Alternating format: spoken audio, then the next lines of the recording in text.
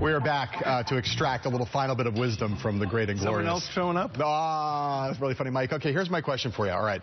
Last night I ran into someone who's following this Republican race very carefully, a very wise, sage figure who was pointing out with some degree of alarm the degree to which the potentially promising Republican nominees have been saddled with a lot of baggage over the course of this summer of Trump.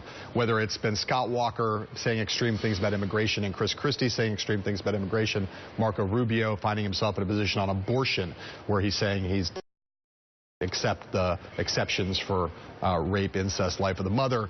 Jeb Bush even on immigration now only in favor of a path to legal status rather than a path to citizenship. And this person was dismayed, said, how are we ever going to, we needed to become more inclusive, reach out more after 2012. That's what our postmortem says. That's not what we've done.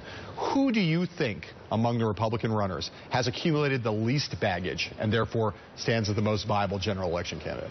John Kasich, I would think, given what we know now, but what they've said. The two issues that you mentioned are kind of interesting if you place them in the context of what is about to happen. Right. The Pope is coming to America for the first time, visiting Washington, Philadelphia, and New York City. In an amazing display of what Catholicism is all about 2 days ago, he indicated that parish priests ought to consider giving forgiveness to women who have had an abortion in the past. And this is an extraordinary expression of grace, of forgiveness, of compassion. So I don't know how a candidate like Marco Rubio matches up against what the Pope says, and I don't think you would want to go there.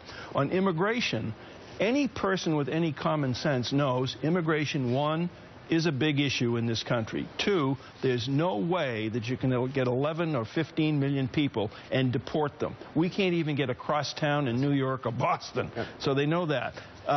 And as far as Governor Walker goes, we said the other day, you know, that what is he looking for, the Bricklayers Union endorsement, building a wall across Canada? I totally agree with you about Kasich in terms of baggage. I don't know if he's going to be able to get the Republican nomination, but he has the least baggage in a general election. Just today, Donald Trump, in another incarnation of the Trump-Bush feud, he said, after Governor Bush scolded him in Spanish yesterday, he said that Governor Bush should lead by example and speak English only when he's in America. Yeah. And, you know, I just think that is part of what's setting the tone and tenor and temperament of this race. And it's drawn everyone into the weeds in a way that I think will be potentially very damaging for that party, especially given the sense that they all had that they had to reach out more after the drubbing they took in 2012. Well, I mean, I agree with you. As they race toward the Trump crowd to try to pick up some of his support, they're going to have to live with it next year. 100% correct. All right. We will be right back.